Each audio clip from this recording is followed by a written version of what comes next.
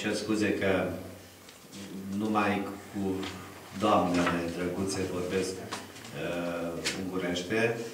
Dacă ele mă iartă dacă greșesc, pentru că eu știu SEIP, Înțelepleg și așa mai departe, și atunci ele nu se supără dacă mai spun și o plăscare. Da? Dacă e vorba să vorbesc despre o carte sau despre alte lucruri, mă feresc. Așa că dați-mi voie să nu vă demonstrez câtă limbă maghiară știu. Am viitor chicivoutul, leptutul magyarul min romanul, dar asta e altă mâncare de pește. Mă bucur enorm că prietenul și colegul meu, Ioan Johnny Popescu, vine cu o nouă carte care oferă cititorilor în Sighetul Marmației și nu numai. Pentru că tot ce a scris până acum se încadrează în ceea ce înseamnă istorie a culturii a acestor locuri. Este important. De ce?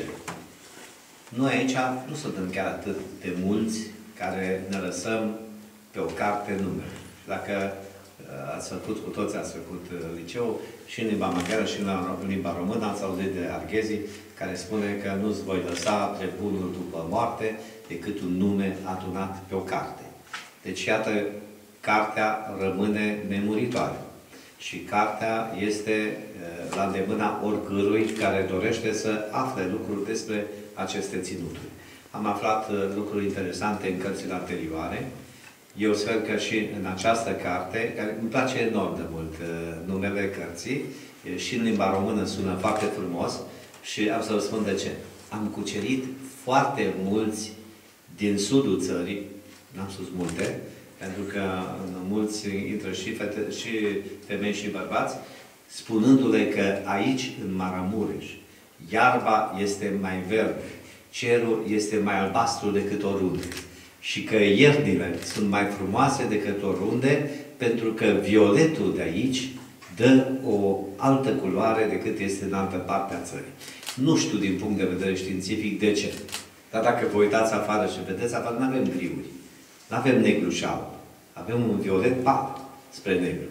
Dacă vă uitați pe picturile lui Silvia Boar, veți vedea apusurile la minunate cu violet. Așa că țara verde de aici trebuie să fie, într-adevăr, cel mai frumos loc de pe pământ. Îngăduiți-mi să felicit pe Johnny pentru noua carte. Și Smisul. Dat că dumneavoastră și cu soțul dumneavoastră ați făcut enorm de mult pentru Maramureșul istoric. Sunt acești colegii noștri și prietenii noștri minunați de la Muzeul Memorial, care, pe lângă contribuția științifică, au o contribuție extraordinară de a atrage cei care vin aici, în Sighetul Marmației. Eu am beneficiat de sprijinul lor, de câte ori m-am dus cu grupuri acolo, toți au plecat încântați și ăia care au fost aici au spus altor așa, altor așa, altor. Și poate nici nu știu cum s-a transmis din om în om cât de frumos este Maramureșul. Încă o dată, Johnny, felicitări. Eu să rog pe bunul nostru coleg de emisie al Radio România Sighet, atât pentru emisiunea Limba Maghiară, pe care sper că o ascultați cu toții și vă rog să deveniți cei prezenți în sală colaboratori ai Brigitei Vaharanski, care este realizatorul emisiunii Limba Maghiară de la ora 14 la 14:20 și mai avem încă 40 de minute de muzică maghiară, sau, mă rog, în limba maghiară, unde vă puteți aduce contribuția cu ce este mai frumos, ce muzică credeți că place celor care sunt de etnie maghiară și trăiesc pe aceste meleaguri. Îmi spunea domnul profesor Mozoli că la Budapesta au spus, domnule, incredibil, aici, la Sighetul Marmației, este o dovadă a democrației europene. Aici se emite într-un post de vorba aia mic al nostru în 3 limbi. Este extraordinar. Așa că, domnul profesor, o să vă rog să veniți dumneavoastră aici, realizator și colaborator a domnului Brigita, dar dacă îl ascultați cu câtă competență vorbește despre politica internațională și națională la emisiunea de miercurea, o să vedeți că are o contribuție extraordinară pentru creșterea nivelului pe care îl are Radio Sighet în raport cu alte mass media. Nu spun aia mai mulți din televiziunile de scandal sau de la alte radiouri private decât spunem noi și datorită dumnealui. multe din prognozele care le-a făcut se adevereau într-o săptămână sau două, așa că este o garanție că dacă ascultați Radio Sighet și emisiunile care sunt cei prezenți aici, veți avea de câștigat. Eu am motovul ăla, ascultă Radio Sighet, ascultă și vei ști. Că vă îndemn și pe dumneavoastră. Johnny, noi suntem urmăreți. Hai să adăuga ceva. Mai tot lăudat că aici, de fapt, lăudabilă este asociația, membrii asociației, că au o asemenea inițiativă.